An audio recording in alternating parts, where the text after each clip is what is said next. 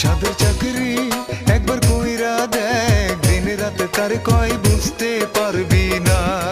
সাদের চাকরি